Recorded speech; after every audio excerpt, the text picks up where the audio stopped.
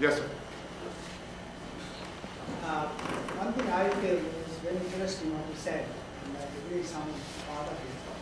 One thing I feel that lack of democracy in this our world is also one of the reasons these guys have become so militant. Yeah, absolutely, sir. No, absolutely. So if we most of the time we have supported these awful dictators there, like a Saudi king, Saudi Arabia kings, all the other brutal dictators in our So yes, sir. So if we go back to the Al-Qaeda chart, 2/3 of the Al-Qaeda suicide attackers who actually killed themselves to carry out attacks for Osama come directly from Sunni countries we've stationed combat forces. So let's look at some of the others. Notice Egypt, notice Morocco, notice Tunisia. What's happening there? What's happening is those are the repressive American-backed regimes that America has been keeping in power against democracy for its people. So, sir, that's what I call the secondhand smoke. It is the second element of our foreign policy that has contributed to Al-Qaeda.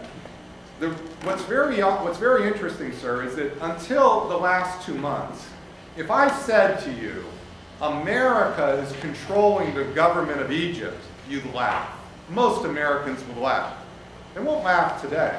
Why is that? They saw President Obama replace the head of Mubarak with one phone call. He picked up the phone and said, I want him gone. He was out in 12 hours. That is control. That is control. And what I'm telling you, sir, is you're right, and you're right in the data, and it's secondhand smoke. We'll come back, sir. Yes, sir. I want to go back to a point you made earlier. Yep, which one? The 80 to 2003 Tamil versus Muslim. Yep. Well, let's go back. I'm just saying it would be interesting if you would compare not only the number of attacks, which I think is a less important statistic, versus the actual number of casualties.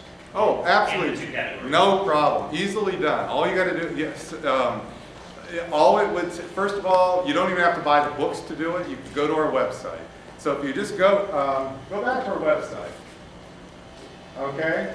You see we have location, group, campaign, target type, weapon. Okay? Once you get into weapon and target type, you can start doing casualties. You see what I'm saying? If you go to the books, if you just read, you'll see that you'll find and you'll see the Tamils, by the way, are hugely more deadly than Hamas. Hugely more deadly. So they're just not more numerous in attacks. They kill more people per attack. I read your stuff and I love your first book. I came to get your second book. Thank you, sir. I want to start first though with a question about you personally. Sure. In this country now, since I think terrorism is a commodity governments are using, they're chits, they're cashing in to maintain power and to perpetuate their presence. Do you find yourself under attack because of this? There's a philosophy here that Peter King's witch hunts. I mean, I guess it's good that King is doing it. He is a confirmed terrorist. I suppose he could find terrorists. But explaining and analyzing the evolution of these acts and how they came to be perpetrated is always by government seen as justifying the acts. No reasonable explanation is ever allowed without condemning it, justifying the act. What's happening to you now that you're writing this? What's happening is that first of all, I'm not morally justifying the attack. I understand. No, but let me just say, so if you read the work, you'll see that I go to great lengths to point out that suicide terrorism is murder. There's nothing that we've done that would morally justify the murder of our civilians. But that should not cause us to ignore what's the best way for Al-Qaeda to recruit. And I have to tell you that as each year goes by, the information you're seeing is getting further into the political mainstream. The martyr videos that you just saw here, I showed them on Capitol Hill in front of a dozen of our members of Congress less than 10 days ago.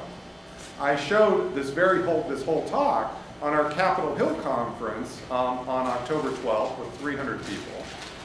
That is sort of what's happening, is that as each year goes by, the argument that we should stick our head in the sand and ignore what's actually driving the terrorists fades.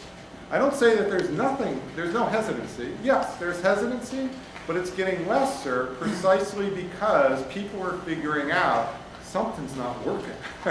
And they better look at some alternative, and that's what's happening personally. They're looking at the alternative, especially in Washington.